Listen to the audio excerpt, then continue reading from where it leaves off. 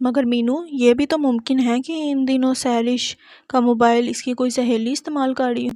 بھابی اپنے تئیں دور کی کوڑی لائی تھیں، مگر مینو نے نفی میں سر ہلا دیا۔ شاید میں بھی یہی سمجھ لیتا اگر انہیں ایک ساتھ گھومتے ہوئے نہ دیکھ چکا ہوتا۔ اس نے افسوس سے سر جھٹکا۔ کیا تمہارے دوست کو یہ بات نہیں معلوم کہ سیرش تمہاری منگیتر اور اس گھر کی ہونے والی بہو ہے؟ بھابی نے پوچھا۔ نہیں، میں نے کبھی اسے بتایا ہی نہیں، اور بتاتا بھی کس منہ سے؟ وہ سیرش کا ذکر اتنے گھٹیا الفاظ میں کرتا ہے کہ میں کوشش کے باوجود اسے بتا نہیں سکا، بلکہ شاید میری جگہ اور کوئی غیرت مند انسان ہوتا تو عمران کا گلا دبا کر خود پھانسی چڑھ جاتا، یا پھر سیرش، جو نہ جانے اپنے کس جذبے کی تسکین کی خاطر یہ سارا ناٹک کر رہی ہے۔ اس کے لہجے میں دبا ہوا جوش بھابی کو سہما گیا۔ جوان خون ہے، نہ جانے کیا کر ڈالے۔ انہوں نے نظر اوپر اٹھائی اور انہیں لگا کہ مینو اپنے آپ سے اندر ہی اندر کوئی جنگ لڑتے ہوئے ہار رہا ہے۔ اس کی گندمی رنگت چند ہی روز میں کملا کر رہ گئی تھی، اور بڑی بڑی بادامی آنکھوں کے گرد سیاہ حلقوں نے ڈیرا جما لیا تھا۔ ہو سکتا ہے کہ اس کے کردار کی تعمیر میں کہیں کوئی سکم رہ گیا ہو، بھابی نے کہا، اور مینو نے پیٹھ تھپکی۔ بے فکر رہو، اس عمر کے کچے ذہنوں والے لڑکے اور لڑکیاں مشغلے کے طور پر ایسی جذباتی حرکتیں کرتے ہی رہتے ہیں۔ سیرش بھی سدھر جائے گی، میں کچھ کرتی ہوں۔ وہ مینو کو تسلی دے کر وہاں سے اٹھ گئی، مگر اندر ہی اندر کسی سوچ و بچار میں مصروف رہیں۔ بالآخر اماں کو فوری طور پر مینو کی شادی کا مشورہ دے ڈالا۔ ان کے نزدیک سیرش کو اس کی غیر سنجیدہ سرگرمیوں سے دور کرنے کا ایک یہی واحد طریقہ ہے کہ اس پر گھرداری اور ذمہ داریوں کا بوجھ ڈال دیا جائے، تاکہ وہ بال بچوں میں الجھ کر راہ راست پر آ سکے۔ اماں تو بھابی کا مشورہ سن کر حیران ہی رہ گئی۔ اے لو، کوئی گڈے گڑیاں کا کھیل تھوڑی ہے، تم نے تو ہتھیلی پر سرسوں جمانے کا مشورہ دے دیا۔ اماں اسی عید کے چاند یعنی شوال میں مینو کی شادی کا سوچ کر ہی دہل رہی تھی، مگر بھابی نے دلاسا دیا، جب لڑکی والوں کو کوئی پرابلم نہیں ہوگی تو پھر ہمیں کس بات کی دیر ہے؟ مجھے معلوم ہے کہ سیرش کا آدھے سے زیادہ جہیز خالہ جان اپنی زندگی میں ہی بنا گئی تھیں، اور لڑکے والوں کی تیاری کے بارے میں تو ویسے بھی کہا جاتا ہے کہ بیٹے کی بڑی بازار میں پڑی، یعنی سب کچھ ریڈی میڈ جاتا ہے۔ آپ بس خدا کا نام لے کر خالو جان کے ہاں جا کر شادی کی کوئی ڈیٹ فکس کر کے آئیں۔ اماں آج کل ویسے بھی نتاشا بھابی کے مشوروں پر آنکھ بند کر کے عمل کر رہی تھی، سو تمام تر ہچکچاہٹ اور اپنی تساہل پسندی کے باوجود یہ رسک لینے پر تیار ہو گئیں۔ وہ خود بھی جلد از جلد سیرش کو باقاعدہ اس بندھن میں جکڑنے کا سوچ رہی تھیں، تاکہ اس کی تربیت کا عملی آغاز کیا جا سکے۔ اس کی تمام تر بری عادتوں کے باوجود وہ اسے اپنے کلیجے سے لگا کر رکھنے کی خواہش مند تھی، چونکہ آخر کو وہ ان کی مری ہوئی بہن کی نشانی تھی، اور انہیں مینو پر بھی بہت بھروسہ تھا۔ وہ ان سے کہہ تو چکا تھا کہ وہ حتی الامکان اس رشتے کو نبھانے کی کوشش کرے گا، سو انہیں حالات میں بہتری کی پوری امید تھی، اور یوں ہی دل میں ارمانوں کے جوت جگائے وہ نتاشا بھابی اور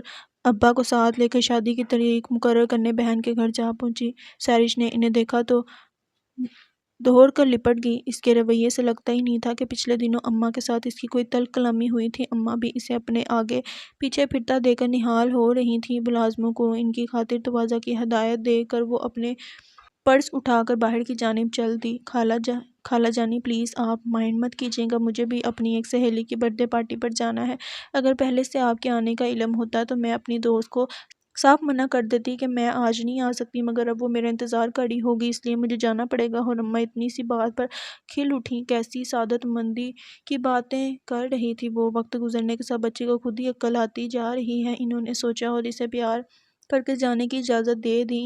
ان کے بہنوئی بھی ان سے بہت اچھی طرح ملے، مگر ابا کے منہ سے شادی کی ڈیٹ فکس کرنے والی بات سن کر کسی سوچ میں پڑ گئے۔ سیرش کی شادی میرے لیے کوئی مسئلہ نہیں، آپ جب چاہیں میں رخصت کرنے کو تیار ہوں، اور آپ کے علم کے لیے بھی بتا دوں کہ وابٹا ٹاؤن والی 2 کنال کی کوٹھی کے کاغذات بھی سیرش کے نام پر اسی کے لاکر میں جمع ہے۔ اس کے علاوہ 3.5 کروڑ روپے اس وقت سیرش کے ذاتی اکاؤنٹ میں جمع ہے، اور جدید ماڈل کی کار متین میاں کو سلامی میں ملے گی۔ زیورات کے نام پر 30 تولے سونا۔ وہ ابھی نہ جانے اور کیا کیا بتانے جا رہے تھے کہ اماں نے ان کی بات کاٹ دی۔ بھیا، ہمیں یہ سب نہیں چاہیے، ہم ان نمائشی چیزوں کے لالچی نہیں، ہمیں تو صرف اپنی سیرش چاہیے۔ وہ میری نظروں کے سامنے رہے گی تو میرا کلیجہ ٹھنڈا رہے گا، آخر وہ مرحومہ بہن کی نشانی ہے۔ اماں اپنی بہن کو یاد کر کے آنکھوں میں بے اختیار امڑ آنے والے آنسوں کو پوچھنے لگی، اسی لیے تو میں عرض کر رہا تھا، مگر آپ نے بات مکمل نہیں کرنے دی۔ خالو مسکرائے، اور شادی کے بعد سیرش کا آپ کے ساتھ رہنا ممکن نہیں؟ خالو عجیب سے انداز میں مسکرائے، کیا مطلب؟ ابا ہکا بکا ان کا منہ دیکھتے رہ گئے۔ مطلب صاف ظاہر ہے کہ سیرش شادی کے بعد اپنی وابٹا ٹاؤن والے 2 کنال کی کوٹھی میں رہے گی، اور متین میاں کو بیاہ کے بعد وہیں اس کے ساتھ رہنا ہوگا۔ انہوں نے اپنی بات کی وضاحت کی۔ یعنی آپ ہمارے بیٹے کو گھر داماد بنا کر رکھنے کے خواہش مند ہیں؟ ابا نے پوچھا۔ نہیں، میں دراصل اپنی بیٹی کو آپ کی بہو بنا کر اس گھر میں نہیں بھیجنا چاہتا۔ خالو نے دو ٹوک الفاظ میں اپنی بات مکمل کی۔ مگر کیوں؟ نتاشا بھابی پوچھے بنا نہ رہ سکی۔ چونکہ میں شروع ہی سے اس رشتے کے حق میں نہیں تھا، مگر اپنی بیمار بیوی کو مرتے وقت کوئی دکھ نہیں پہنچانا چاہتا تھا، اس لیے اس وقت اس کی بات سے کوئی اختلاف کیے بغیر میں نے اس کی دیرینہ خواہش پر سحرش اور مینو کی منگنی کے لیے فوری طور پر اپنی رضامندی دے ڈالی۔ اب اس وقت بھی میں مرحومہ کی روح کو کوئی تکلیف نہیں پہنچانا چاہتا، اس لیے میں اس بے جوڑ رشتے کو توڑنے کی بات نہیں کر رہا ہوں، مگر یہ مسلمہ حقیقت اپنی جگہ بدستور قائم ہے کہ سحرش اس کبوتروں کے کابک نما 10 مرلے کے گھر میں مشترکہ خاندانی نظام پر مشتمل تقیانوسی ماحول میں نہیں رہ سکتی۔ وہ کھلے ڈلے ماحول کی پروردہ ایک ایسی بچی ہے جو اپنی مرضی کے مطابق زندگی گزارنے کی عادی ہے۔ خالو اپنے ترکش کے تمام تیر ان کے دلوں میں پیوست کر کے پائپ منہ میں دبائے مسکرا رہے تھے۔ جی تو شوال کی کون سی ڈیٹ بھلا اس نیک کام کے لیے مناسب رہے گی؟ انہوں نے ملازم کو چائے بنانے کا اشارہ کرتے ہوئے ابا سے سوال کیا۔ ہم آپس میں صلاح مشورہ کے بعد ہی آپ کو کوئی جواب دے سکیں گے۔ ابا نے تحمل سے کام لیا۔ میں ایک بار سحرش سے اس بارے میں بات کرنا چاہوں گی، اماں نے کسی موہوم سی امید کے بھروسے پر کہا تھا۔ جی ضرور کر لیجئے، یہ شرط اسی نے عائد کی ہے۔ خالو حسب عادت لب بھینچ کر مسکرائے اور اماں اپنا سا منہ لے کر رہ گئی۔ اگر ان تجاویز پر آپ کا آپس میں اتفاق رائے پا جائے تو آ کر شادی کی تاریخ لے جائیے گا، ورنہ۔ چلتے وقت خالو نے اپنی بات دہرائی اور ان کی اس ورنہ کے جواب میں اماں نے شام کو ہی منگنی کی انگوٹھی واپس بھجوا دی تھی۔ مینو بھلا کہاں گھر داماد بن کر رہنے والا تھا۔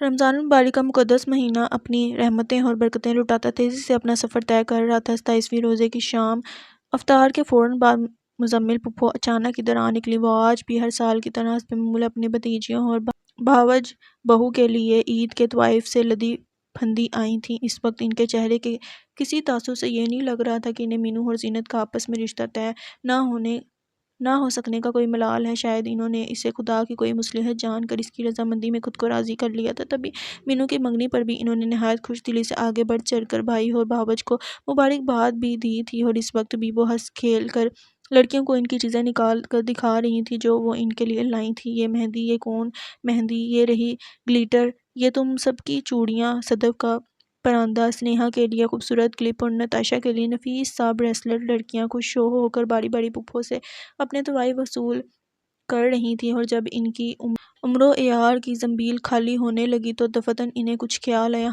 ہاں بھابی، تمہاری یہ چوڑیا کی دم جتنی چوٹی دیکھ کر مجھے یاد آیا کہ میرے پاس تمہارے لیے بھی ایک زبردست چیز موجود ہے۔ انہوں نے اپنے تھیلے میں ہاتھ ڈال کر تیل کی ایک بڑی سی شیشی دریافت کی اور اماں کے ہاتھ میں تھما دی۔ میرے سسرال میں بڑے مشہور حکیم صاحب ہیں جو گرتے ہوئے بالوں کے لیے خاص قسم کا تیل بناتے ہیں۔ میرے بھی بال بہت گر رہے تھے، سو میں نے آزمائشی طور پر جب وہ تیل استعمال کیا تو بال جھڑنے بند ہو گئے۔ تو تم بھی آزما کر دیکھو، اللہ اپنا کرم کرے گا، انہوں نے نہایت خلوص سے مسکراتے ہوئے کہا۔ تو اماں دھیرے سے مسکرا دی۔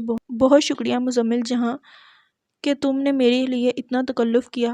ارے لڑکیوں، اماں نے تینوں کو پکارا، بھائی اپنی پھپھو کو کوئی چائے وائے تو پلاؤ۔ آج اماں کے لہجے میں تلخی اور روایتی تندی اور تیزی کے بجائے انتہائی خلوص و چاند کی کرنوں جیسی ٹھنڈی اور نرماہٹ تھی۔ نند حیران رہ گئی۔ زینت کو بھی لے آتی نا، اماں نے اسی محبت سے معمور لہجے میں کہا تو وہ بے یقینی سے ان کا منہ تکنے لگیں۔ بس افطار وغیرہ بنا کر ذرا تھک سی گئی تھی۔ کہیں رشتہ وغیرہ تو نہیں ہوا زینت کا بھی؟ اماں نے پوچھا تو جواباً پھپھو ایک سر داں بڑھ کر رہ گئیں۔ جب میرے اللہ کو منظور ہوگا تو کچھ دیر بھی نہیں لگنی، انہوں نے دھیرے سے سر جھکا کر جواب دیا۔ جب سے مزمل نے اسلامی کتابوں کے مطالبے کو اپنا شعار بنایا تھا اور درس قرآن کی بابرکت محافل میں شرکت کرنا شروع کی تھی، ان کا لب و لہجہ ہی بدل گیا تھا۔ غرور و تکبر کی جگہ عاجزی و انکساری نے ان کے دل کو اپنا مسکن بنا لیا تھا۔ ادھر اماں اپنوں کے ہاتھوں منہ کی کھا کر اپنی غلطیوں پر پشیمانی محسوس کر رہی تھیں۔ ان کی نگارے برساتی زبان آج کانوں میں مٹھاس گھول رہی تھی۔ گرزیلا دو بدلی ہوئی شخصیات آج ایک دوسرے کو دیکھ کر بہت حیران ہو رہی تھیں۔ بھائی چاند رات کو سب ہماری طرف اکٹھے ہو رہے ہیں تاکہ جی بھر کر چاند رات کا مزہ لیا جا سکے۔ اس شام ہمارے یہاں خوب ہلا گلا رہے گا۔ لڑکیاں بالیاں سب آپس میں مل کر ایک دوسرے کے ہاتھوں میں مہندی لگائیں گی اور وہیں سے پھر سب چوڑیاں پہننے کے لیے جائیں گی، لہٰذا تم سب لوگ بھی وہیں آ جانا، خوب شغل رہے گا۔ انہوں نے چلتے ہوئے نہایت خلوص سے اصرار کیا، اور اگر میں اس سے پہلے تمہارے گھر آ جاؤں تو؟ اماں نے شوق نظروں سے نند کو دیکھا۔ تمہارا اپنا گھر ہے بھابی، سو بسم اللہ، جم آؤ، انہوں نے بھی مسکراتے ہوئے جواب دیا، اور اماں پرخیال انداز میں سر ہلا کر رہ گئیں۔ 28ویں روزے کی شام اس لحاظ سے بڑی اہمیت کی حامل تھی کہ اس روز خالہ سعیدہ مٹھائی اور پھلوں کی ٹوکریوں کے ہمراہ اپنے دونوں بیٹوں کے لیے سنیہا اور صدف کا ہاتھ مانگنے چلی آئی تھیں۔ اماں کی خوشی کا تو کوئی ٹھکانہ ہی نہیں تھا۔ انہیں تو آج گویا عید سے پہلے عید کی خوشیاں مل گئی تھیں۔ خالہ سعیدہ کے دونوں بیٹے ہر لحاظ سے اس لائق تھے کہ انہیں اپنی فرزندی میں لے کر فخر محسوس کیا جا سکے۔ سنیہا کے لیے تو اماں نے ابا سے مشورہ کر کے فوراً سے ہی اپنی رضامندی اس رشتے کے حق میں دے دی تھی، مگر صدف کے لیے وہ سوچ میں پڑ گئی تھی، چونکہ جانتی تھی کہ صدف کا رجحان اپنی بڑی پھپھو کے بیٹے ارشد کی طرف ہے اور وہ دونوں ایک دوسرے کو پسند بھی کرتے ہیں۔ لہذا ذرا سا سوچ کر اماں نے بالآخر خالہ سعیدہ سے کہہ ہی دیا کہ صدف کے لیے ان کے خاندان میں ہی ان کے نند کے بیٹے کا رشتہ موجود ہے، سو صدف کے لیے وہ معذرت چاہیں گی۔ اور پھر فوراً ہی خالہ سعیدہ کی اتری شکل دیکھ کر اماں کے ذہن میں اچانک ایک خیال آیا، ارے نتاشا کی چھوٹی بہن نے حال میں اپنا BA مکمل کیا ہے، کہو تو تمہیں دکھا لاؤں، بہت اچھی لڑکی ہے، بالکل نتاشا کی طرح۔ میں مینو کے لیے سوچتی، مگر مجبوری یہ ہے کہ ان کے گھر والے ایک گھر میں دو بہنیں بیانے کے معاملے میں مختلف توہمات کا شکار ہیں، اس لیے میں نے رشتے کا سوال نہیں ڈالا، اگر تم چاہو تو۔ ہاں کیوں نہیں خالہ، اماں کی بات کاٹ کر جلدی سے بولی نتاشا اپنی ماں کی اچھی تربیت کا منہ بولتا ثبوت ہے، اگر واقعی اس کی بہن بھی اس جیسی ہے تو میں ایسے نادر ہیرے کو ہاتھ سے نہیں جانے دوں گی۔ انہوں نے بخوشی اماں کے ساتھ نتاشا بھابی کے ہاں ان کی بہن کے لیے جانے پر رضامندی دے دی تھی۔ اماں کو پوری امید تھی کہ رشتہ ضرور ہو جائے گا، قدرت الہی ہر معاملے میں ان کی مدد کر رہی تھی، بس ایک آخری موڑکا رہ گیا تھا جسے وہ جلد از جلد سر کر لینا چاہتی تھی۔ تبھی 29ویں روزے کو اماں اسی طرح پھل اور مٹھائیاں سمیت ابا کے ہمراہ دن میں ہی مزمل پھپھو کے ہاں جا پہنچی اور مینو کے لیے زینت کو مانگ لیا۔ نند تو خوشی و حیرت کے ملے جلے تاثرات کے ساتھ بے یقینی کسی کیفیت میں کبھی اپنی بھاوج کا منہ دیکھتی اور کبھی بھائی پر نظر ڈالتی۔ بالآخر انہوں نے یہ رشتہ منظور کیا اور شام کو سب کا منہ میٹھا کرانے کی پیشکش کی۔ چونکہ اس وقت سب روزے سے تھے، یہ مرحلہ بخیر و خوبی نمٹ جانے پر اماں نے اللہ کا شکر ادا کیا اور جاتے ہوئے اپنی بڑی نند کے لیے مزمل پھوپھی کو پیغام دے آئیں۔ عنبر آپا سے کہنا کہ آخر میں کب تک انتظار کروں، آ کر کسی روز صدف کو ارشد کے نام کی انگوٹھی پہنا جائیں تو پھر سنیہا کا بھی کچھ کروں۔ آپ فکر مت کریں، میں آپ کا پیغام عنبر آپا تک پہنچا دوں گی، وہ تو نہ جانے کب سے آپ کے اس پیغام کی منتظر تھیں۔ دیکھنا سنتے کے ساتھ ہی کیسے سر کے بل دوڑی آئیں گی۔ مزمل بیگم سچ مچ اپنی بھاوج کے اس بدلے ہوئے نئے روپ پر بے حد خوش نظر آ رہی تھی۔ آخری روزے پر افطاری کے بعد سب مزمل بیگم کے ہاں جمع تھے۔ مینو اور زینت کے رشتے کی خوشی میں سب کا منہ میٹھا کرایا گیا، وہیں ارشد اور صدف کے رشتے کی بات چیت بھی طے کر لی گئی تھی۔ چاند نظر آ گیا کی اطلاع کے ساتھ سب ایک دوسرے کو مبارکباد دینے لگیں۔ جب میں نے تمہیں کہا تھا کہ اگر تم میرا ساتھ دینے کا عہد کرو تو میں ساری دنیا سے ٹکرا جاؤں گا، تو تم نے کیوں مجھ سے کنارہ کشی اختیار کی تھی؟ بلا شبہ یہ آواز مینو کی تھی۔ ڈائننگ روم کی کھڑکی کے قریب سے گزرتے ہوئے اماں کے کان کھڑے ہو گئے اور قدم سست پڑ گئے۔ میں اپنے بزرگوں کے اعتماد کو ٹھیس نہیں پہنچانا چاہتی تھی۔ زینت کی سرگوشی ابھری تھی اور اماں سمجھ گئیں کہ وہ دونوں سب کی نظروں سے بچ کر اس وقت ڈائننگ روم میں موجود تھے، اور اگر میری زندگی میں سحرش آ جاتی تو ہم کبھی نہ مل پاتے۔ یقین کرو، اگر مجھے تمہاری طرف سے ذرا سا بھی اشارہ ملتا تو میں ساری دنیا سے بغاوت کر دیتا اور تمہیں لے اڑتا۔ مینو جذباتی ہو رہا تھا۔ میں مر کر بھی آپ کو والدین سے بغاوت کا درس نہیں دے سکتی تھی، چونکہ میرا خیال ہے کہ جو لڑکے اپنے والدین کے فرما بردار ہوں اور اپنے خاندان سے محبت کرتے ہوں، صرف وہی اچھے جیون ساتھی بھی ہوا کرتے ہیں اور مرتے دم تک اپنے شریک زندگی کے وفادار رہتے ہیں اور اسے تحفظ فراہم کرتے ہیں۔ زینت دھیرے سے بولی تو اماں کو مینو کی پسند پر فخر محسوس ہونے لگا۔ بلا شبہ اس نے اپنے لیے ہیرا منتخب کیا تھا، مگر اماں کی نادانستگی اسے پتھر سے منسوب کرنے جا رہی تھی۔ کوئی آ گیا تو کتنا عجیب لگے گا کہ ہم دونوں سب کی نظروں سے چھپ کر یہاں کیوں کھڑے ہیں، لہٰذا میں چلتی ہوں۔ زینت شاید کمرے سے باہر جا چکی تھی، مگر اس کی جادو اثر باتیں اب بھی اماں کے کانوں میں رس گھول رہی تھیں اور ان سے اپنی خوشی چھپانا مشکل ہو رہا تھا۔ تبھی نوعمر لڑکیوں کی طرح چاند نظر آ گیا کہ شور مچاتی مزمل بیگم سے جا ٹکرائی۔ مزمل بیگم انہیں محبت سے گلے لگا کر چاند رات مبارک کہتے ہوئے شرارت سے مسکرائیں تو وہ بھی مسکرا دیں۔ فی الحال تو اندر چل کر چائے پی لو، چونکہ تمہارے چاند میاں یعنی میرے بھیا بھی وہیں تشریف فرما ہے۔ نند کے اس طرح کہنے پر اماں کھلکھلا کر ہنس دیں۔ نوجوان بچے بچیوں نے لاؤنج میں آ کر ایک طوفان بدتمیزی مچا رکھا تھا، کسی کا بھی گھر جانے کا موڈ نہیں تھا۔ وہ بھی مزمل بیگم کا ہاتھ تھامے اندر چلی آئیں۔ آج کوئی ان کے احساسات سمجھ نہیں سکتا تھا، چونکہ جو چاند ان کے بطن کے گھٹا ٹوپ اندھیروں سے ابھر کر طلوع ہوا تھا، اسے صرف وہی دیکھ سکتی تھی۔ البتہ اس کی روشن کرنیں سب کے چہروں پر خوشیوں کا روپ دھار کر جگمگا رہی تھیں۔ خدا کرے ان کی زندگی میں ہر آنے والا دن عید ہو، رات شب برات ہو۔ انہوں نے لاؤنج میں ہنستی کھیلتی اور آپس میں خوشگپیوں میں مصروف نوجوان نسل کو دل سے دعا دی اور آگے بڑھ گئیں۔ ختم شد۔ سو گائز، یہاں پہ ناول اینڈ ہو گیا۔ میں امید کرتی ہوں کہ آپ کو یہ ناول اچھا لگا ہوگا۔ اپنا بہت زیادہ خیال رکھیے گا۔ اللہ حافظ۔